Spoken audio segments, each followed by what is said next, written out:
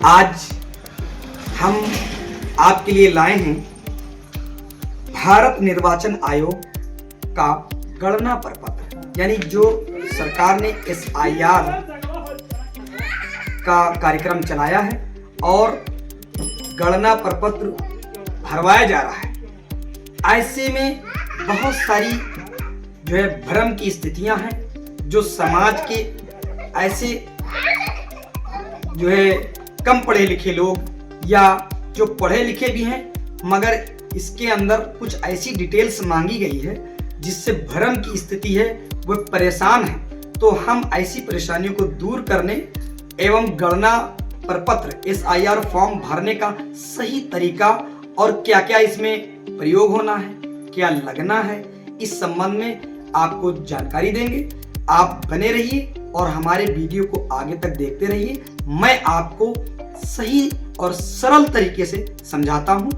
आपके घर पे BLO महोदय के द्वारा इस तरह का एक गणना प्रपत्र फॉर्म दिया गया होगा एक मतदाता को। इस तरह यदि आपके घर में एक से अधिक मतदाता हैं और उनका नाम 2025 जो विधानसभा लोकसभा जो वर्तमान में चल रहा है उसमें जिनका नाम है और वो वोट कर चुके हैं, ऐसे सभी 18 से प्लस जितने भी मतदाता हैं उन सभी मतदाताओं को इस तरह का एक गणना प्रपत्र फॉर्म दिया गया है। और यदि नहीं पहुंचा है तो जल्द ही BLO के द्वारा आपके घर पहुंच जाएगा। अब बात ये करने की इसमें काम क्या करना है और कौन कौन सी डिटेल्स हमें इकट्ठा करके इस फॉर्म को भरना है। तो सबसे पहले मैं आपको बता दूं कि गणना प्रपत्र में जो है ऊपर के 1 2 3 4 5 कॉलम बने हुए हैं। पहला कॉलम दूसरा कॉलम पहले से भरा हुआ है, इसमें कोई दिक्कत नहीं है। ये जो डिटेल्स भरी हुई ये उस मतदाता की है जिसकी यहाँ फोटो लगी हुई है, उस मतदाता की डिटेल्स जो कि 2025 की लिस्ट में है। अब आपको 25 की लिस्ट से कुछ नहीं भरना, क्योंकि जब है तभी ये फॉर्म आया है। जिनको ये फॉर्म नहीं प्राप्त है या जिनका नाम नहीं है उन्हें इस तरह का कोई फॉर्म नहीं मिलेगा, लेकिन जिनको ये प्राप्त है तो समझ लीजिए आप हैं।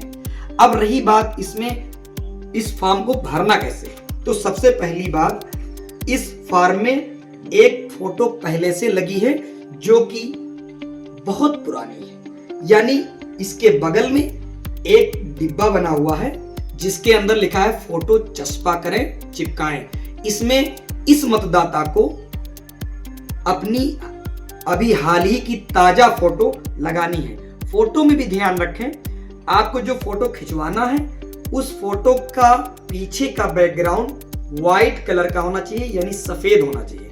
यदि लाल पीला हरा या अदरवाइज कोई कलर पीछे पर्दा होगा तो ये फोटो जिस तरह काली दिख रही है ऐसे पीछे का हिस्सा पूरा बैकग्राउंड काला आएगा। इसलिए व्हाइट लगाएं और फोटो रंगीन लगाएं, मगर पीछे का पर्दा सफेद होना चाहिए जिससे यहाँ आपकी अच्छी सी फोटो लग जाए और आने वाली जो मतदाता लिस्ट होगी उसमें आपकी फोटो सबसे अच्छी आएगी, प्यारी आएगी। अब बात आई इसमें 3 कॉलम दिए गए हैं, थोड़ा सा करीब लेके दिखा दें।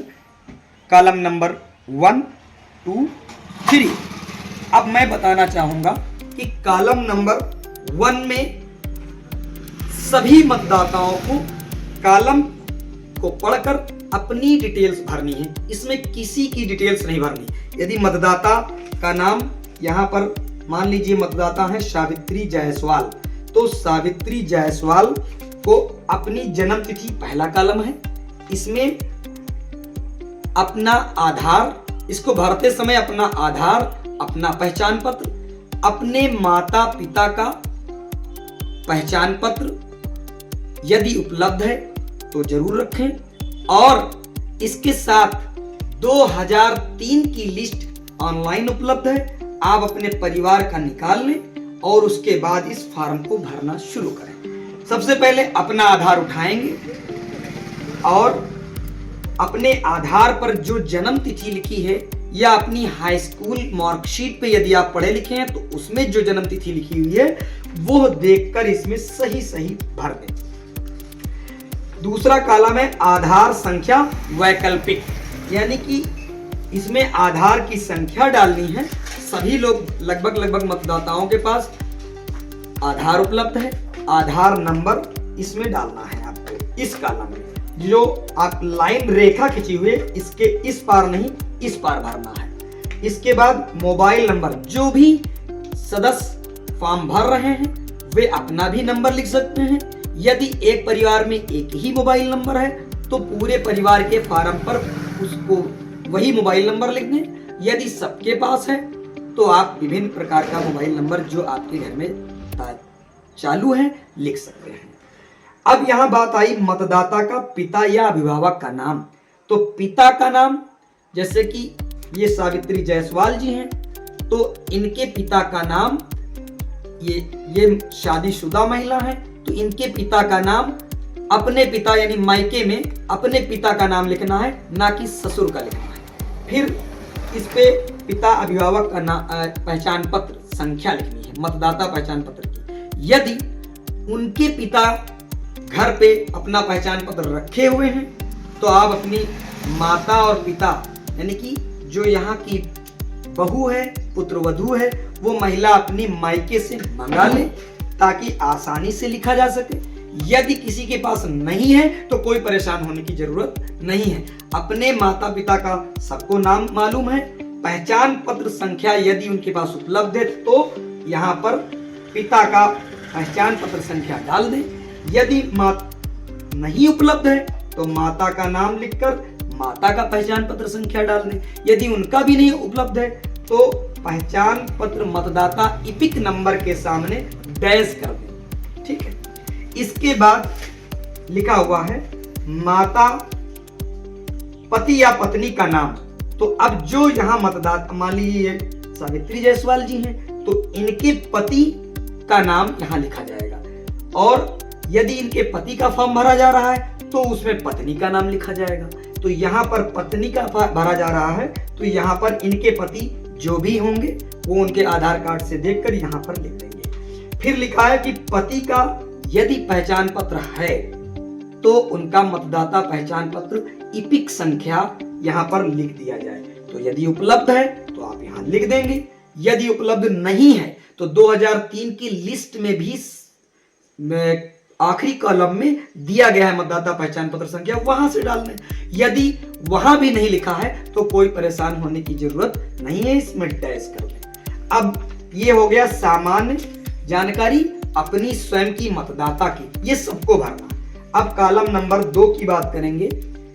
इसमें वे मतदाता इस कॉलम का यूज करेंगे, प्रयोग करेंगे जिनका नाम 2003 की लिस्ट में पहले से है और उन्होंने लिस्ट निकाली, उसमें जिसमें नाम मिल रहा है वह मतदाता यदि अपना फॉर्म भर रहा है तो वो अपना स्वयं का डिटेल्स 2003 की लिस्ट से देखकर डालेगा। जैसे कि निर्वाचक का नाम, अब यहाँ सावित्री जायसवाल दिया गया है तो ये वर्तमान में नाम है। यदि सावित्री जायसवाल का 2003 की लिस्ट में नाम है तो उसमें सावित्री केवल लिखा हुआ है तो सावित्री ही भरेंगे, क्योंकि इस पे लिखा है पिछले SIR की मतदाता सूची में मतदाता का विवरण, यानी उस समय जो भी नाम लिखा था वही लिखा जाएगा।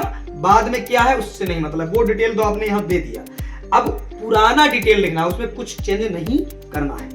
तो यदि उस समय आपका मतदाता पहचान पत्र भी बना था तो उस समय का मतदाता पहचान पत्र का नंबर दे दीजिए। और संबंधी का नाम, संबंधी का मतलब जो रिश्तेदार है या रिश्ता है जिससे, जैसे यहाँ पर उस लिस्ट में आपके पिता का भी नाम होगा तो संबंधी आपके पिता हो जाएंगे। यदि पिता का नाम लिस्ट में नहीं है, माता का है, तो आप संबंधी में अपनी माता का नाम लिख देंगे और नीचे संबंध में लिखेंगे माता। अगर पिता का लिख रहे हैं तो नीचे संबंध में लिख देंगे पिता। फिर अगला कॉलम है जिला, आप किस जिला से हैं। यदि आप सावित्री जी हैं, इनका जिला मान लीजिए कानपुर में है तो ये कानपुर की जब लिस्ट निकालेंगे मायके की तो ये पुराना जिला का नाम लिखेंगे। और वर्तमान में तो इन्होंने लिख दिया, यहाँ वर्तमान में इनका डेटा छपा हुआ है, वर्तमान में कुछ नहीं लिखना है, पुराना जिला जहाँ की थी वो लिखेंगे। और यदि कोई पुरुष फार्म भर रहा है तो वो अपने पिता का जो जिला था, यदि आप उसी जिले में निवासी हैं तो वही जिला हो जाएगा। यदि किसी के पिता मान लीजिए उत्तर प्रदेश के इलाहाबाद में रहते थे, अब वो वर्तमान में लखनऊ में रहने लगे हैं और SIR लखनऊ में करा रहे हैं, तो अपना पुराना डिटेल्स में ये जिला इलाहाबाद दिखाएंगे और वर्तमान में जब भर रहे होंगे तो अपना लखनऊ में दिखाएंगे। अब वापस आ जाइए, लिखा है राज्य का नाम, राज्य का नाम उत्तर प्रदेश रहेगा। यदि कोई व्यक्ति उत्तर प्रदेश से बाहर से आया है, किसी और राज्य से, मान लीजिए जो है आपके ये बिहार से आए हैं, या मान लीजिए जो है महाराष्ट्र से कोई आया है और अब रहने लगा है, तो वो अपना जो राज्य था वो यहाँ राज्य दिखाएगा और वहां की लिस्ट से देखकर अपना डिटेल्स भरेगा। विधानसभा, किस विधानसभा में उस समय जो लिस्ट आपने निकाली उसके कोने में बाएं हाथ पर ऊपर उस विधानसभा का नाम और उसका जो है नंबर लिखा होगा। तो यहाँ पर विधानसभा का नाम लिख देंगे और यहाँ पर विधानसभा की संख्या लिख देंगे। इसके बाद यहाँ लिखा है भाग संख्या, तो जो लिस्ट आप निकालोगे उसके दाहिने इस साइड में भाग संख्या लिखी होगी। वो भाग संख्या देखकर जिस पर आपका डिटेल्स निकला है 2003 में, वो भाग संख्या यहाँ डाल देंगे। अब कह रहा है क्रम संख्या, यदि आपने माता का यहाँ या पिता का नाम दिया है तो उस लिस्ट में किस सीरियल नंबर पर, क्रम संख्या पर आपकी माता या पिता का डिटेल्स या रिश्तेदार का डिटेल्स निकला है, वो क्रम नंबर लिख देंगे। इसमें लिखने के बाद आप जो है, यदि आप स्वयं भर रहे हैं तो अपना लिखेंगे, यदि आपका नाम नहीं है तब ऐसी स्थिति में आप अपन इधर लिखेंगे। यानी एक चीज ध्यान रखें, फिर से मैं बता रहा हूं, ये कॉलम नंबर 1 है, ये कॉलम नंबर 2 है, ये कॉलम नंबर 3। कॉलम नंबर 1 सभी को भरना है, अपना डिटेल्स भरना है। कॉलम नंबर 2 में अपने माता पिता या अपना नाम यदि 2003 में है तो अपना भरेंगे, नहीं है तो अपने माता पिता या रिश्तेदार या संबंधी का भरेंगे। ठीक है। अब और इसके बाद यदि आपका नाम है तो अपना आप भरेंगे, यदि आपका नाम नहीं है तो आप इस साइड में भरेंगे, इसमें भरेंगे। राइट, 12 मिनट बन गया।